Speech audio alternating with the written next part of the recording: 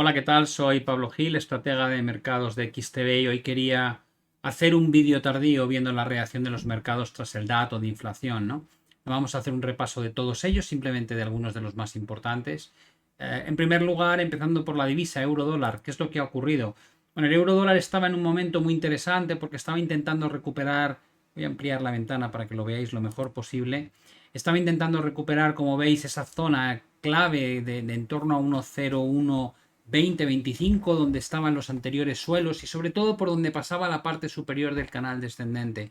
Y durante buena parte de la sesión de ayer y esta mañana veíamos cómo el mercado cotizaba por encima de esa cota clave, pero ya decíamos que lo importante es que se consolidasen cierres por encima de esta cota, cosa que no ha ocurrido, y muy especialmente que lo hiciesen después de conocerse el dato de inflación. ¿Qué es lo que ha ocurrido? El dato de inflación que se ha publicado hoy, como podéis ver, ha sido 8,3 en términos generales, una pequeña reducción desde 8,5 a 8,3, pero mucho menor de lo que el mercado esperaba, de 8,1, lo cual da una sensación de estabilización más que un cambio de dirección de forma clara. Eso por un lado, pero tal vez el dato más negativo ha venido por la inflación subyacente, lo que llamamos el CPI base, que básicamente es la inflación sin computar alimento y energía, y que veníamos de 5,9 y se ha situado en el 6,3. Ya veis cuál es el problema. En varias ocasiones hemos visto cómo momentáneamente la inflación cede, como pasó aquí en esta época en el 2021 o incluso en los meses de abril y mayo de 2022, pero parece que otra vez retoma la senda alcista, lo cual hace preocupar o preocupa a los inversores respecto a qué puede hacer la Reserva Federal a fin de intentar frenar estas presiones inflacionistas, porque han dicho que van a hacer todo lo necesario para matarlas. Por tanto, el riesgo es que veamos pues, subidas de tipos adicionales y eso hace que el dólar empiece a cotizar claramente que en la reunión del día 21 la Fed va a subir 0,75 y que por tanto el sesgo hawkish que lleva de alguna manera expresando ya la Fed desde hace prácticamente 6 meses, pues va a seguir en la misma tónica. ¿Qué haría falta para que realmente el euro lo hiciese mejor que el dólar? Necesitaríamos una ruptura con cierres por encima de esta zona de resistencia y un objetivo en el entorno de 1,03,5 y 1,0440, como activando un doble suelo, rompiendo un canal. Mientras no ocurra eso, ¿cuál es el riesgo? El riesgo es volver a rotar dentro del canal hacia los mínimos anteriores y en el caso de perderlos, movernos hacia cotas de 0,95, 0,96. Vale, ¿qué pasa con la bolsa? Por el lado del Nasdaq 100, habíamos visto una recuperación muy interesante desde esta zona de soporte hasta alcanzar pues este área pivote donde descansaban los anteriores mínimos, tanto aquí como aquí y aquí. Y de momento parecía como que podíamos alcanzar la directriz. Yo no descarto que pueda ocurrir. Tenemos señales ahí todavía que podrían generar alguna lectura buena, pero no olvidemos que también hay veces que parece que va a cortar al alza y luego tenemos una extensión todavía adicional. Por lo tanto, vamos a centrarnos sobre todo en el price action. Y el price action lo que nos dice es que la tendencia estructural sigue siendo bajista, que este movimiento hasta aquí arriba ha puesto a prueba una zona pivote y ha rechazado claramente. Y la clave en este momento es lo que pueda ocurrir en el nivel donde estamos entrando, porque si el mercado no es capaz de aguantar los 12.000 puntos, hay una probabilidad muy elevada de que veamos caídas adicionales hacia los mínimos de este año, es decir, al entorno de los 11.000 aproximadamente que tocamos durante el mes de mayo. Por tanto, 12.000 nivel clave, por debajo de esa cota empezamos a hablar de 11.000 y por arriba el propio nivel que hemos rechazado en este caso y que con el tiempo pues terminará por converger con la directriz bajista que une todos los máximos decrecientes.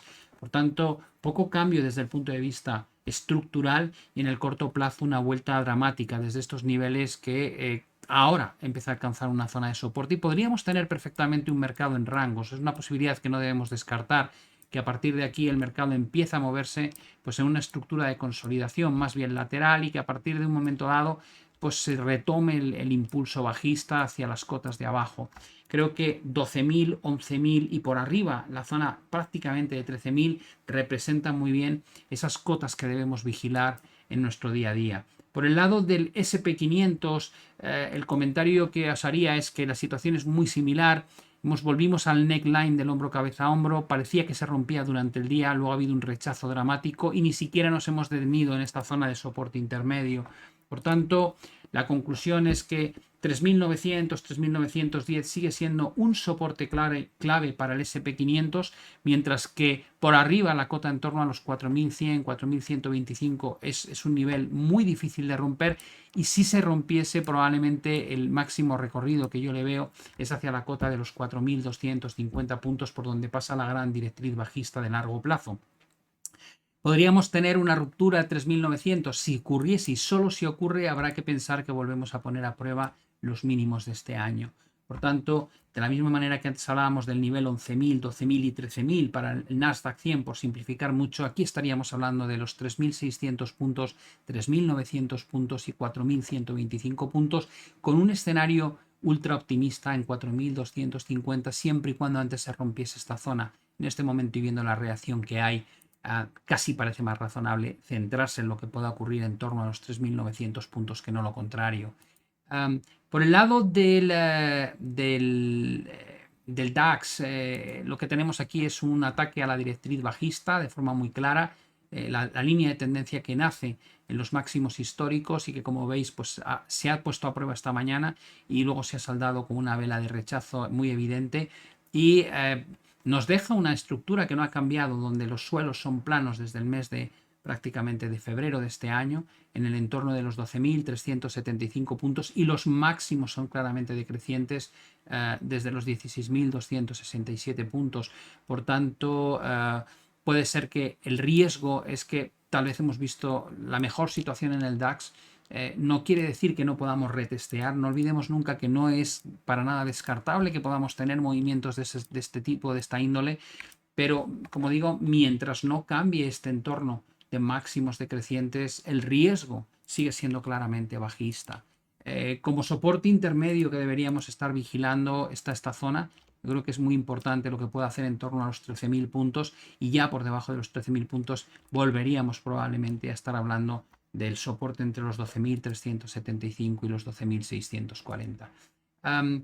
Para completar este análisis rápido, la debilidad del euro contra el dólar, o la fortaleza del dólar, mejor dicho, en general contra todo, lastra al oro, que, como veis, pues había intentado pues superar una gran zona importante que estaba en torno a los 1.722, 32 puntos. Esta zona de aquí no ha podido finalmente, y eso ha hecho que vuelva a rotar hacia la parte de abajo. No ha roto el soporte crítico, este del que hablamos, entre 1.670 y 1.700 puntos, pero hemos vuelto a esa zona particularmente complicada, y como es lógico, habrá que estar atento, porque si se perdiese esta zona, pues implicaría movimientos hacia cotas claramente más bajas. Solo si rompemos 1.732 hablaríamos de 1.760, pero la clave del movimiento al alza a medio y largo plazo en el oro es si algún día conseguimos batir la cota de los 1.807 puntos.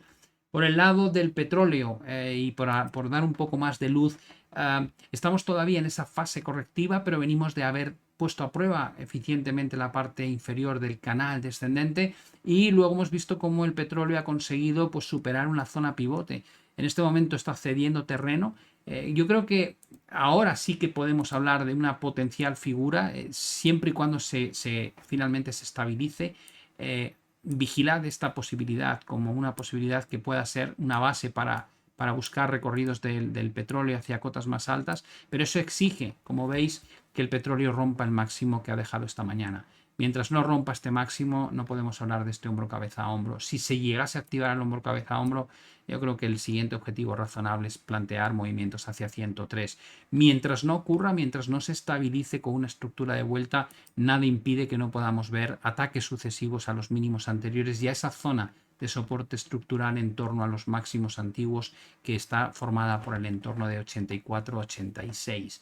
Como veis, un jarro de agua fría el que ha volcado la inflación sobre las expectativas que tenía el mercado de que tal vez habíamos ya visto lo peor desde el punto de vista de la restricción monetaria, y también trae a colación la importancia que tiene ahora la macro, ¿no? Hasta qué punto los analistas están casi volcando sus apuestas de compra o venta en activos de riesgo simplemente en ese punto de inflexión que esperan encontrar en la política monetaria de la Reserva Federal, que a su vez marca probablemente la política monetaria del resto de los bancos centrales del mundo. Suerte a todos con las inversiones y nos vemos ya en la próxima emisión. Hasta la vista.